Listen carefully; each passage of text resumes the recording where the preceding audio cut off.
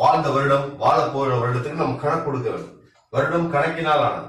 ஒரு வருடம் என்றால் 12 மாதங்களையும் 52 வாரங்களையும் 365 நாட்களையும் 8760 மணி நேரங்களையும் 5,25,600 நிமிடங்களையும் 3,15,36,000 நொடிகளையும் உள்ளடக்கியது.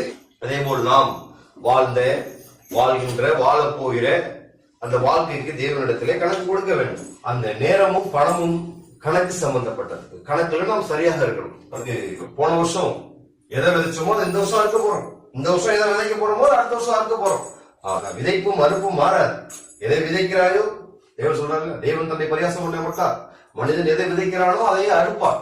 எதை விதைக்கிறானோ அதையே அறுப்பார். ஆனா விதைக்கிறது சரியானதா விதைக்க வேண்டும். பருவத்தை பரிசு செய்ய வேண்டும். நேரங்கள் கடந்து போகும் பொழுது, வருடங்கள் கடந்து பொழுது ஒரு வயதும் கடந்து செல்கிறது. சரிங்களா? பேங்க்ல எவ்வளவோ கோடி கோடியா பணம் இருக்கலாம். ஆனா உடம்புல அந்த ரத்தம் சூடாகிற வரைக்கும் தான் நம்ம எழுந்து பிரகாசிக்க முடியும். சரிங்களா? ரத்தம் சூடாகிற வரைக்கும் தான் நம்ம உழைக்க முடியும், கிரியைகளை செய்ய முடியும். ஏன்னா ஒருவனும் கிரியை செய்யக்கூடாத ராக்காலம் வருகிறது.